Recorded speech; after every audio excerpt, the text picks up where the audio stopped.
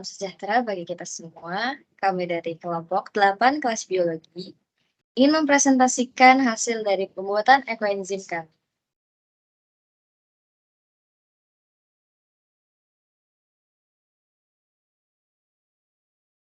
Adapun tujuan dari pembuatan ekoenzim ini yaitu yang pertama, ekstraksi enzim, di mana buah dan sayuran mengandung berbagai enzim yang penting dalam proses biokimia. Tujuan utama dalam pembuatan ekoenzim adalah mengekstraksi enzim-enzim tersebut dari bahan baku alami ini dengan cara yang efisien dan ramah lingkungan.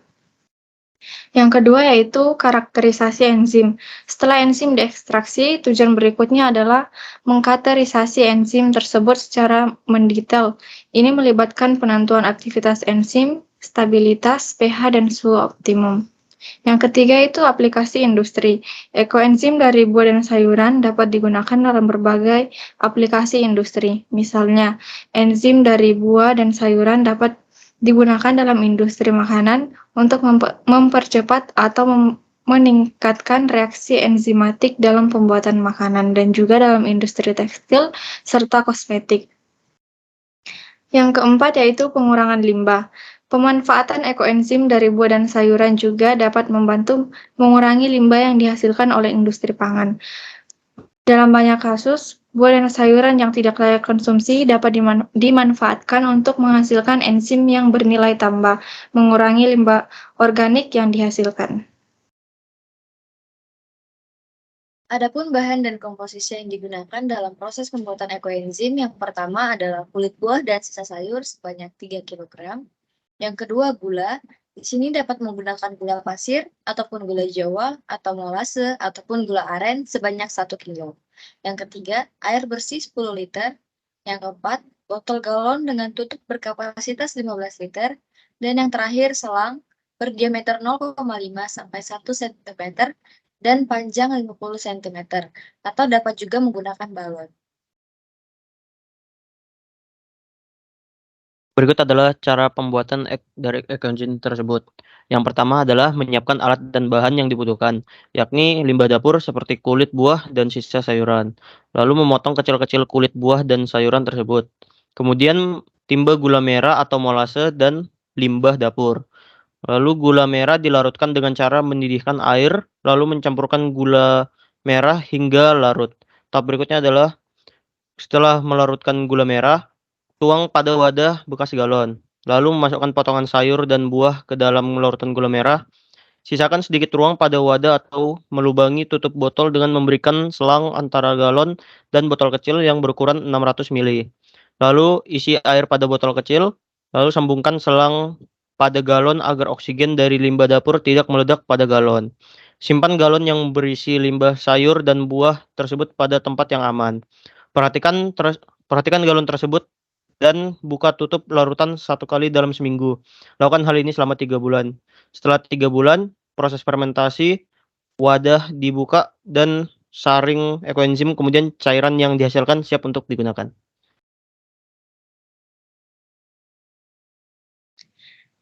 Prinsip dasar dari pembuatan ekoenzim ini yaitu mempercepat reaksi biokimia di alam untuk menghasilkan enzim yang berguna dalam pemanfaatan sampah buah atau sayuran.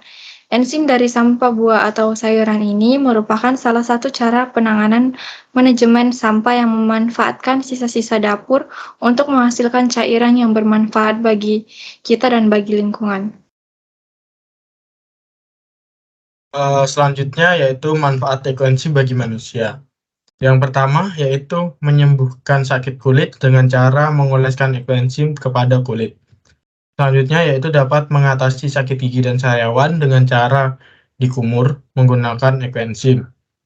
Selanjutnya dapat menyuburkan rambut dengan metode mensampo ekoenzim. Selanjutnya melembabkan kulit anti alergi dan gatal, sama metodenya mengoleskan ekoenzim.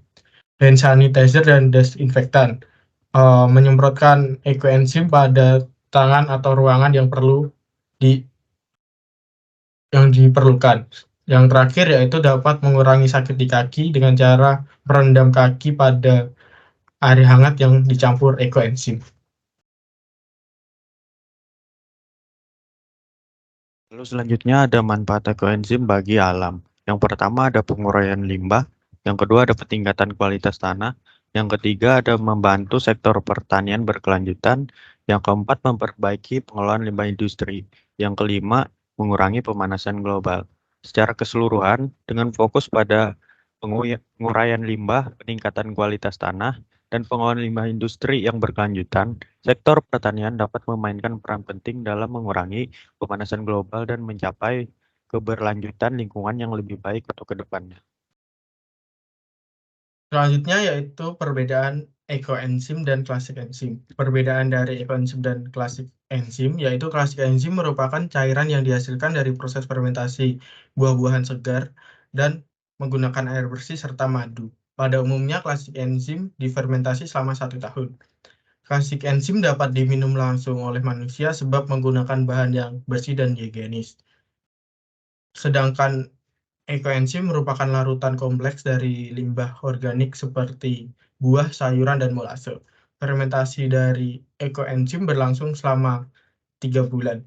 Manfaat dari ekoenzim dan juga klasik enzim kurang lebih sama, yaitu berfungsi dalam bidang kesehatan dan juga sebagai pupuk alami dan berguna dalam industri tekstil juga kosmetik.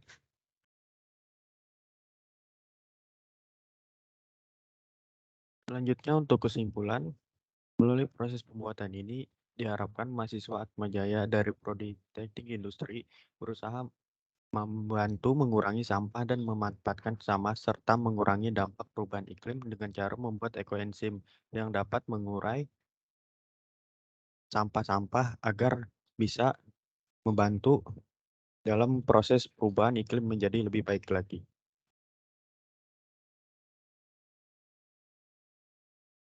Berikut adalah foto-foto atau lampiran dari pembuatan ekoenzim kelompok kami.